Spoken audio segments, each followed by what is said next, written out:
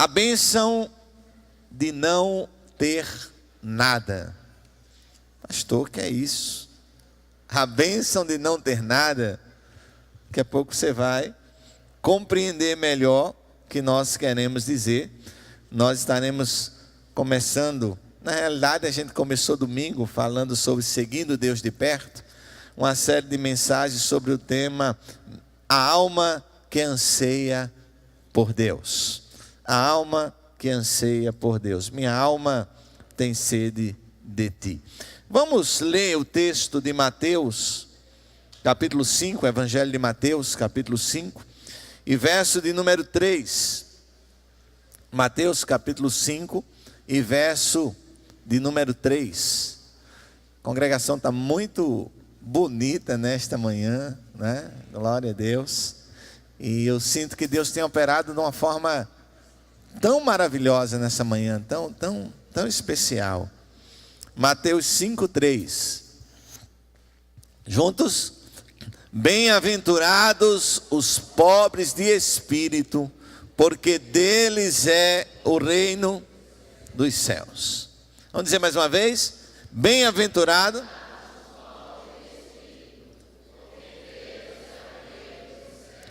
Agora eu gostaria de ouvir só as vozes femininas lendo esse texto.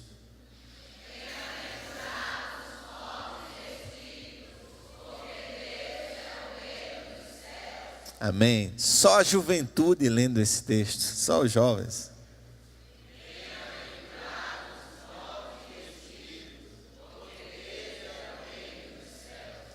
Os homens?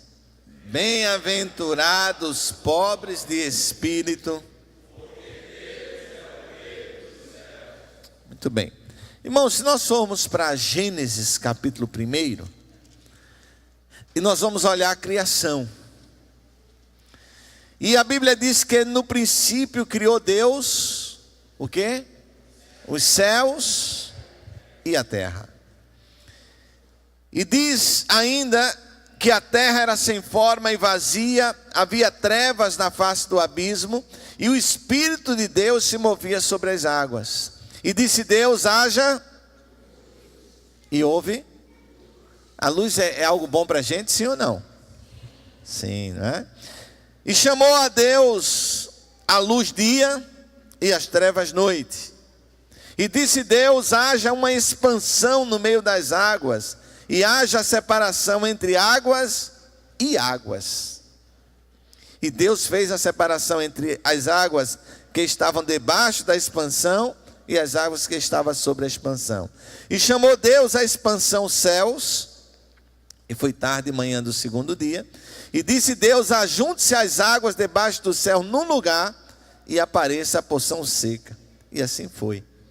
Que coisa linda, né? E chamou Deus a porção seca terra, e ao ajuntamento das águas chamou mares. E viu Deus que era bom. E disse Deus, produz a terra erva verde, que dê sementes, árvore frutífera que dê fruto, segundo a sua espécie, e cuja semente esteja nela sobre a terra. E assim foi. E a terra produziu erva dando semente conforme a espécie, e a árvore frutífera cuja semente está nela conforme a espécie. E viu Deus que era bom, e houve tarde e manhã do terceiro dia. E disse Deus, haja luminares na expansão dos céus, para haver separação entre o dia e a noite, e sejam eles para sinais e para tempos determinados e para os anos. Louvado seja Deus. E sejam para luminares na expansão dos céus, para alumiar a terra. E assim foi. E fez Deus 2 grandes luminares, o luminar maior para governar o dia e o luminar menor para governar a noite. E fez as estrelas. Deus os pôs na expansão dos céus para alumiar a terra, e para governar o dia, e para fazer separação entre luz e as trevas. E viu Deus que era bom. E foi a tarde e manhã do 4º dia.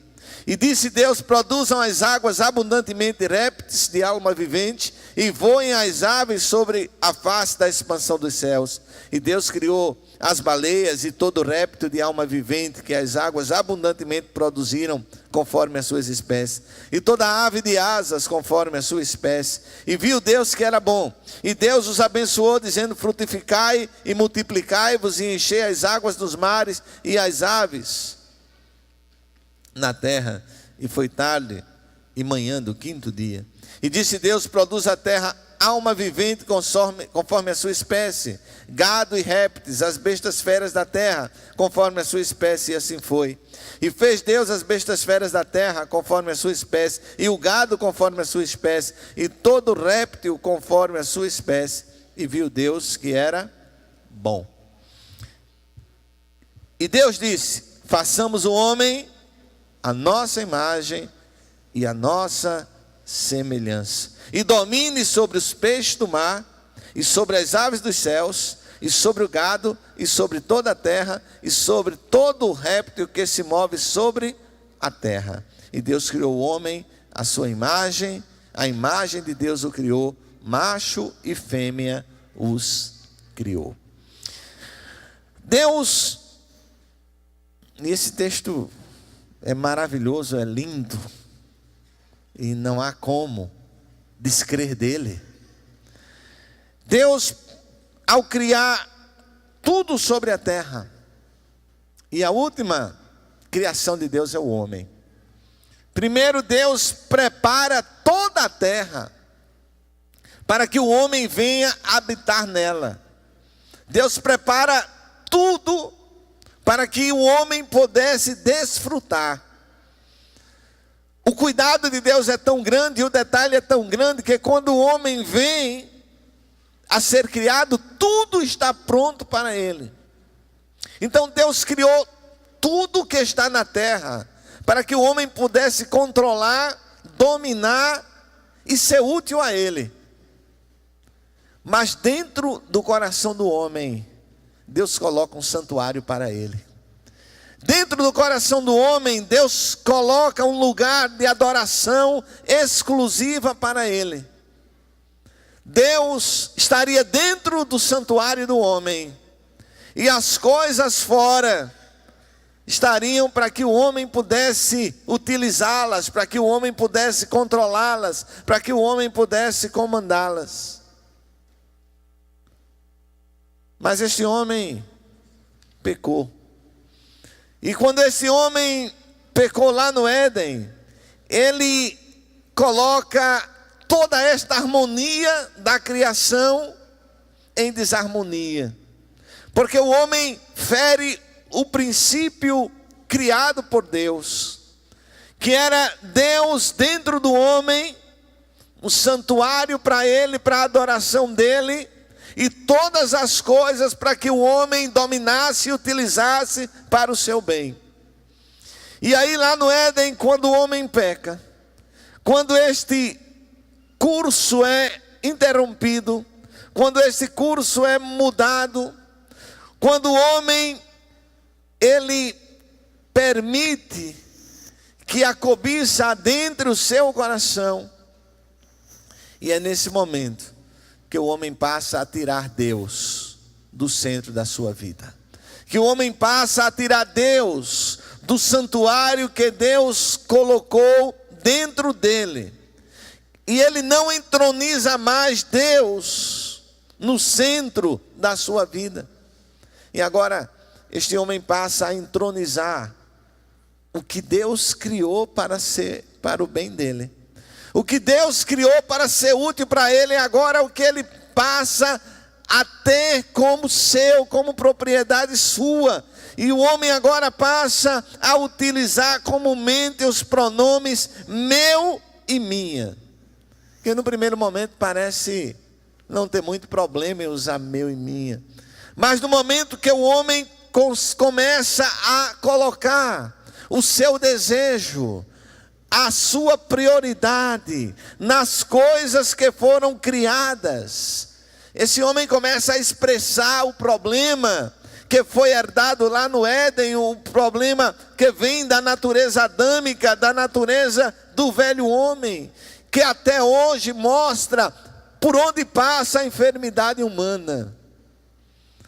Onde e por que acontecem os maiores desajustes da sociedade, os maiores crimes, as maiores barbaridades, se não estão centralizadas no egoísmo do homem, na vontade do homem, no desejo do homem em ter, em possuir, em querer ter, e o desejo do homem é ter as coisas, quando o desejo do homem deveria ser ter a Deus, ter mais de Deus, mas o homem quer ter mais coisas. O homem quer colocar o seu coração nas coisas. Não estamos aqui, e a gente vai ver ao longo dessa mensagem, dizendo que é errado ter alguma coisa. Não é errado, desde que as coisas não tenham você. Desde que as coisas não signifiquem a sua vida. Quantas pessoas têm morrido porque não querem abrir mão de algo, de um bem seu? Lembro de um incêndio onde morreu um ator, e o prédio já estava em chamas, mas ele não queria perder as coisas que tinha no prédio, os móveis, os seus bens, e ele começa a voltar para tirar as coisas, e voltar para tirar, ele falece. Nós hoje vivemos uma sociedade apegada às coisas daqui, e cada vez que nós nos apegamos mais às coisas daqui, mais nós tiramos Deus do santuário do nosso coração, do santuário da nossa vida, e as pessoas passam a viver também desafortunadamente, porque diz que não há ninguém tão pobre como aquele que enxergue somente a sua própria riqueza. E o homem tem buscado isso de uma forma tão desordenada, e ele tem esquecido. E eu quero chamar a sua atenção para a palavra de Jesus, lá em Mateus 16, 24 e 25. Na realidade, irmãos, Deus prepara para nós toda a terra, Deus prepara para nós todas as coisas, para que Ele estivesse no centro do nosso coração, da nossa vida, e nós desfrutássemos de tudo que Ele fez. Mas, por natureza de Adão, nós mudamos tudo isso. Nós estamos trazendo as coisas para dentro do nosso coração. O que Deus nos deu de presente para usufruirmos, nós estamos trazendo para dentro de nós. E Deus, que deveria estar dentro de nós, para nos relacionarmos, nos aprofundando com Ele, nós estamos tirando Ele de dentro, cada vez mais. Esta é a situação da humanidade. Por isso Jesus diz em Mateus 16, 24, 25, se alguém quiser acompanhar-me, ou se alguém quiser vir após mim, negue-se a si mesmo, tome a sua cruz e siga-me. Pois quem quiser salvar a sua vida, a perderá. Mas quem perder a sua vida por minha causa, a encontrará. Eu tenho dúvidas se hoje alguém escreveria o hino 398. Depois de ter perdido 4 filhas no naufrágio, no mesmo local que perdeu o naufrágio, eu tenho dúvida se alguém escreveria hoje, sou feliz com Jesus. Porque o comportamento do homem hoje é, por que, Senhor, tu fizeste isto? Por que, Senhor, tu tiraste as minhas filhas?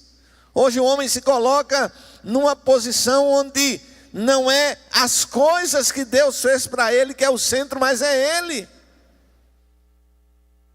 Lé do engano. Nós não somos o centro, Deus é o centro.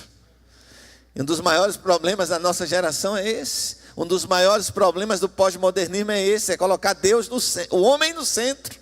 O homem é o centro de tudo, e Deus cada vez mais distante.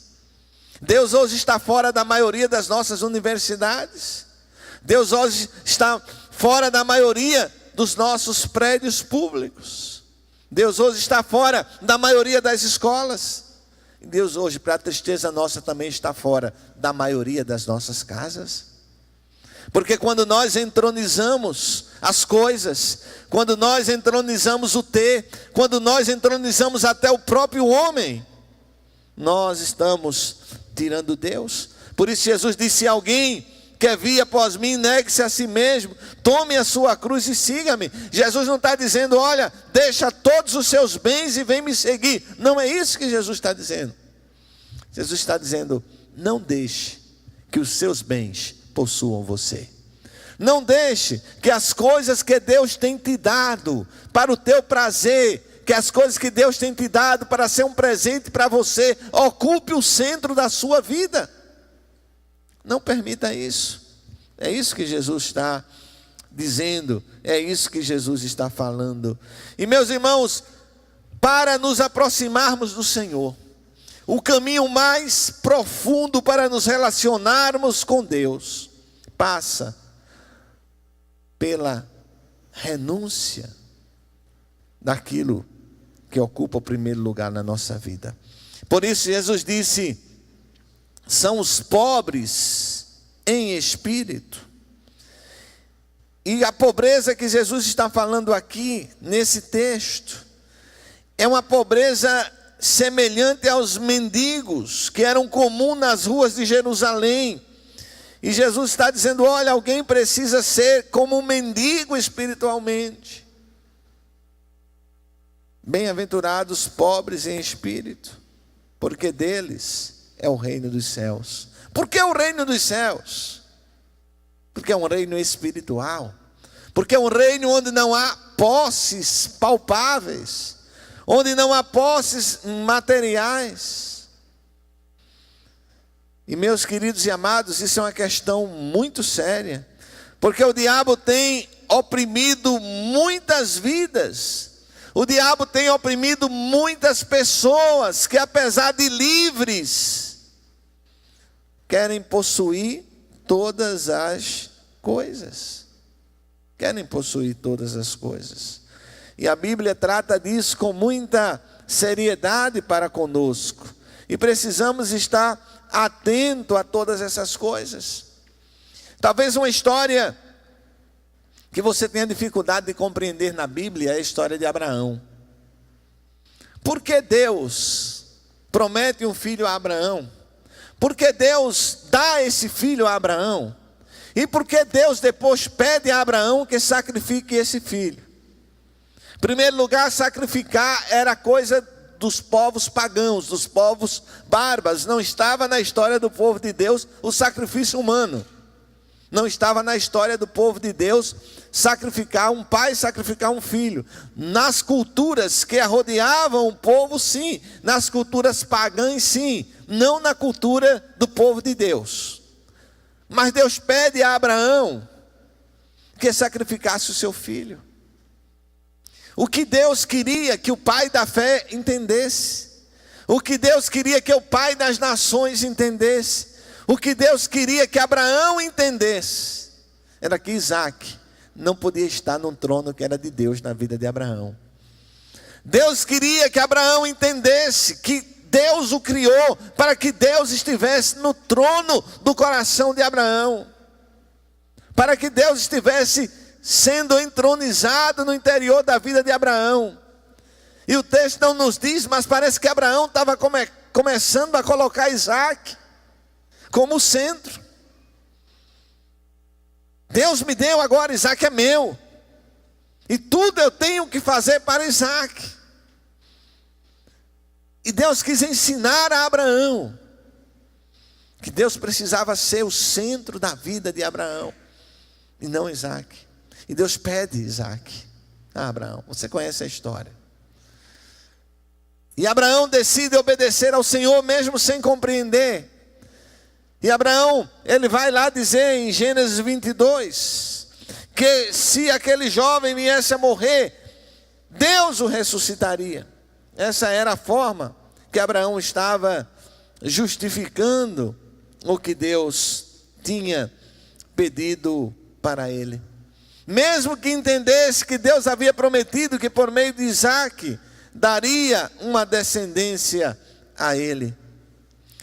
Mas Deus queria mesmo, irmãos, que Abraão entendesse que a possessão dele era o Senhor e não Isaque.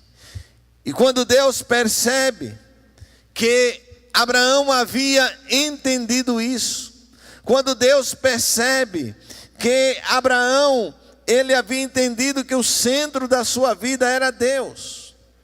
E veja, irmãos, que Abraão era um homem rico, Abraão era um homem de posses, mas ele precisava agora entender talvez a maior e mais bela lição da sua vida, que Deus não veio para destruir ou para tirar algo de nós. Deus não veio destruir ou tirar algo de nós. Deus quer que nós compreendamos que precisamos entregar o primeiro lugar da nossa vida a Ele. Deus quer que nós compreendamos que Ele nos criou para que dentro de nós estivesse o seu santuário. E Deus nos permite ter as coisas. São os mimos de Deus para nós. Mas não é para elas ocuparem o centro da nossa vida. Não é para agora nós vivermos em função dela. E quantas pessoas estão perdidas, sufocadas, oprimidas, porque estão lutando sempre no dia a dia para ter mais as coisas. Irmãos, como eu disse, Abraão era rico. A Bíblia não condena em nenhum momento a riqueza. A Bíblia não condena você jovem a se esforçar para fazer um concurso público, passar, ser aprovado, ter um bom emprego. A Bíblia não condena isso. A Bíblia não condena você que completou a sua graduação e buscar uma pós-graduação, um doutorado para se especializar. A Bíblia não condena isso. A Bíblia não condena você que tem uma empresa, que sonha em abrir a segunda, em ter uma rede de franquias no Brasil. A Bíblia não condena isso. O que a Bíblia condena, irmãos, o que Deus deseja, ou o que Deus não aprova, é que coisas estejam no trono que é dele. O que Deus não aprova é que os bens estejam no trono que é dele. O que Deus não aprova é que os filhos estejam no lugar que é dele. Tem pais que colocam um filho lá no trono, no lugar que é de Deus. E Deus não permite, irmãos. Deus nos criou para isso. Nós só vamos viver um relacionamento de intimidade com Deus quando entendermos isso. Não adianta. Você pode frequentar círculo de oração 30 dias no mês, 3 horas na semana. Se você não entender que o trono do teu coração, quem precisa estar lá é Deus, você não está fazendo nada. Você não está fazendo nada. É fácil aprender essa lição? Não, não é fácil não. Por quê? Porque a gente vive num mundo em que diz tenha, tenha, tenha. Usufrua do que você tem. Não é? O pai começa a dizer ao filho, meu filho, você tem que pensar grande, você tem que ser o primeiro. Você notou uma coisa? A gente nunca chega para os nossos filhos, e eu sou pai também, para começar a dizer a ele de pequeno, filho, cresça para ser feliz. Qual o pai que diz isso a seu filho? Filho, cresça para ser feliz, eu quero ver você feliz, filho. Filho, estude, porque você precisa ser alguém na vida. E aí a gente troca. E aí a gente tem fabricado uma geração de pessoas infelizes. Aí a gente tem fabricado uma geração de pessoas deprimidas. Aí a gente tem fabricado uma geração de pessoas ansiosas. Há pessoas que não hoje estão mais numa formatura porque dizem eu tenho essa vocação, mas porque dizem esse curso pode me dar dinheiro. Eu quero um curso que me dê dinheiro e às vezes a sua vocação não tem nada a ver com aquele curso. E vai ser um profissional frustrado, vai ser um profissional não realizado. Pode ganhar dinheiro sim, vai ganhar dinheiro, mas quando vai ganhar o dinheiro, vai descobrir que o dinheiro que ganhou não vai dar a felicidade que ele queria ter. Porque dinheiro não traz felicidade para ninguém. Mesmo que alguém diga, me ajude a ser infeliz em Paris, né? Mas é só uma frase. É só uma frase. Paris está cheio de pessoas infelizes, que se deprimem, Porque se suicidam, irmão, nunca foi tão alto o índice de suicídio. Por sinal, tem uma palestra agendada aqui para debater esse tema. Nunca foi tão alto o índice de suicídio no mundo. Nunca foi. Por quê? Porque Deus colocou dentro do homem um trono para que ele estivesse, e o homem foi, tirou Deus desse trono e começou a colocar as coisas no trono que era de Deus. E o resultado disso é frustração. Uma farmácia em cada esquina. Conta o número de farmácias que você no dia cruza com elas. Conta. Vê se tem farmácias vazias. Ao contrário, a gente fica hoje na fila de espera de farmácia. E é mais farmácia, mais remédio, mais remédio. Quando você vai no laboratório fazer um exame que você senta, a atendente olha para você e pergunta: qual é a medicação que o senhor toma? Ela nem pergunta se você toma. Ela já vai perguntando: qual é a medicação que o senhor toma? E você disser que só toma uma, ela vai dizer: só, tem mais alguma? A maior queixa que a gente escuta nos rádios é as pessoas dizendo: acabou o estoque de remédio do Estado. Há 3 meses que eu não recebo remédio. Irmãos, que geração de pessoas doentes nós temos fabricado. No lugar de fazermos uma geração de pessoas felizes, nós temos uma geração de pessoas doentes, infelizes, ansiosas. A ansiedade tem corroído tanta gente. A ansiedade tem acabado com tanta gente.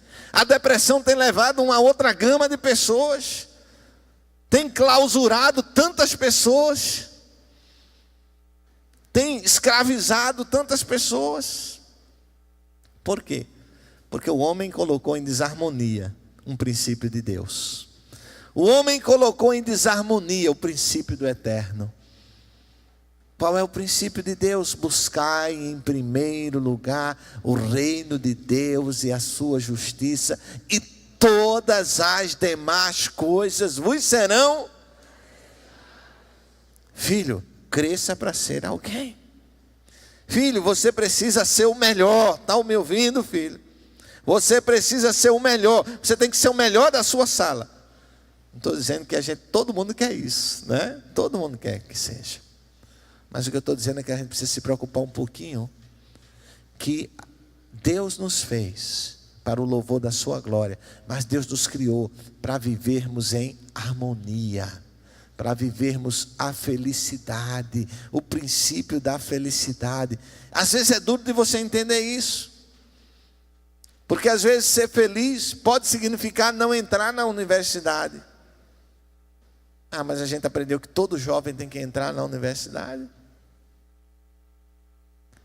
A gente aprendeu que agora, quando terminar a universidade, todo mundo tem que fazer uma pós-graduação, porque não pode mais ficar, né, irmã Gilda? Não pode mais ficar só na graduação. Há 30 anos atrás, se você chegasse na graduação, era uma vitória. Terminei meu curso superior, graças a Deus. Agora, terminou, já perguntam: qual a especialização que vai fazer? Vai fazer o que agora? Sem falar que tem que aprender, no mínimo, inglês. Se quiser caminhar, no mínimo. Deus criou todas as coisas para que nós vivêssemos em harmonia. Tudo Deus criou perfeito. E colocou dentro de nós um santuário para Ele, para que nós pudéssemos adorá-lo, buscá-lo. Você sabe por que a cada domingo nós voltamos aqui? A cada quarta-feira nós estamos aqui? É porque Deus colocou esse desejo dentro de nós. E nós só nos realizamos nesse desejo. Mas tem pessoas que dizem: não, mas o domingo eu preciso ir na praia. Vai chegar o verão aí. Eu estou precisando de uma cozinha mesmo. Domingo eu preciso ir à praia. E à noite eu estou cansado porque eu passei o domingo na praia. E eu preciso assistir lá aquele programa que tem 40 anos, que eu não vou dizer o nome dele, que você assiste todo domingo. Todo domingo. 90% de reportagem inútil, que não vai fazer bem nenhum a você. Mas bem a tua alma faz, você está aqui adorando ao Senhor, celebrando o Senhor, cultuando ao Senhor, mas alguém diz para você que isso é perda de tempo. Ganho de tempo é estar lá, né? Assistindo uma mídia, só vai deprimir você, fazer você acordar mal no outro dia. Mas eu preciso saber das notícias, pastor. Eu preciso saber. Meu irmão, notícia que vai mudar em que o seu dia a dia? Vai mudar em que? Seu dia a dia no outro vai ser o mesmo, ouvindo ou não ouvindo as notícias. Talvez vai ser muito melhor não ouvindo. Muito melhor não ouvindo. Porque você vai acordar muito mais animado, não ouvindo. Porque nunca vi uma época de tanta notícia ruim. Tanta notícia ruim. O que é bom não dá manchete, o que é bom, histórias de vitória não dão manchete. Você já viu uma primeira página de jornal dizendo que alguém ajudou alguém a vencer na vida? Você já viu uma manchete dizendo: aluno passa em primeiro lugar no vestibular, graças à professora que investiu tantas horas da sua vida naquele aluno? Qual é a manchete do jornal? Estupro de menina, tal. É só coisa, é só destruição. E nós, povo de Deus, nos alimentando de tudo isso. Se entra lixo, lixo sai. E a palavra de Deus tão linda. Eu já li várias vezes esse texto de Gênesis, mas eu quero dizer a vocês que há muito tempo eu não lia de uma forma que eu senti tanto esse texto como hoje de manhã aqui no culto. Vislumbrando a criação de Deus. Mas sabe o que acontece? Lá no seu colégio, o seu professor ateu está dizendo que isso aqui não existe. E você começa a ler questionando, mas será que é assim mesmo? Será que... Mas, em vez de você ler com fé e deixar o santuário de Deus que está dentro de você testificar que isso é verdadeiro, você começa a questionar. E assim, irmãos, estamos caminhando para um mundo sem fé. E um mundo sem fé, de pessoas sem fé, é um mundo vazio, que não faz sentido algum. Porque o que está dentro do homem é o santuário para adorar a Deus, para buscar o Senhor, para estar na presença do Senhor. Então precisamos, cada vez mais, nós que fomos escolhidos por Deus, nós que fomos chamados por Deus, porque, irmãos, há muitos que gostariam de conhecer o que você conhece, mas eles não conhecem, e você conhece. Então você é um privilegiado. Eu dou glória a Deus, irmãos, porque eu posso estar desde os meus 7 anos de idade dentro da igreja. Eu dou glória a Deus porque eu não experimentei o que muitos experimentaram. Embora às vezes o diabo quer dizer a você que você perdeu. Ah, você perdeu. Pessoa, um marido fiel, 40 anos. E alguém vai dizer, você perdeu, rapaz. 40 anos que você podia ter saído com tantas mulheres. E só ficou com uma. Essa é a ilusão do mundo. Isso que o mundo tem vendido, eu digo para o marido e vale hoje para a esposa também. Deus coloca em nós um santuário para que nós possamos adorá-lo. Vamos redescobrir esse santuário de Deus que está dentro de nós. Vamos redescobrir que o nosso prazer, a nossa alegria, maior do que aquela quando você pega a chave tão sonhada do carro. A alegria maior do que aquela é dizer, Deus está dentro de mim. Deus está comigo. E se Deus não estivesse comigo, a alegria desta chave, deste carro, ela não teria valor algum. Você tem o sonho de ter seu carro zero, continue tendo, não é errado ter não. Mas saiba que o seu maior prazer não vai ser o dia que você colocar a mão naquele carro. Seu maior prazer você já está tendo, que é buscar ao Senhor, conhecer a Deus. Não deixa ninguém tirar isso de você não. Existe hoje uma mensagem secular tentando tirar as coisas de nós. Irmãos, eu estou convencido de uma coisa hoje: Satanás não quer tirar crente de igreja hoje, não. Satanás quer dizer ao crente: fique na igreja, mas não conheça a Deus. Não conheça a Deus. Não conheça. Como assim, pastor? Não conheça a Deus. Não tenha intimidade com Deus. Porque quando você começa a buscar ao Senhor, quando você começa a se envolver com o Senhor, o seu espírito testifica, e você vai ver como é maravilhoso, e como as coisas ao seu redor, elas passam a perder o sentido. Mesmo que você tenha tudo, o tudo que você tem vai representar nada para você. Paulo diz: eu considero todas as coisas como expurgo. Nosso maior valor, nosso maior tesouro é Cristo em nós. A esperança da ressurreição, a esperança de vida eterna. Convido o Ministério de Louvor. Nós vamos dedicar ao Senhor nossos dízimos e ofertas.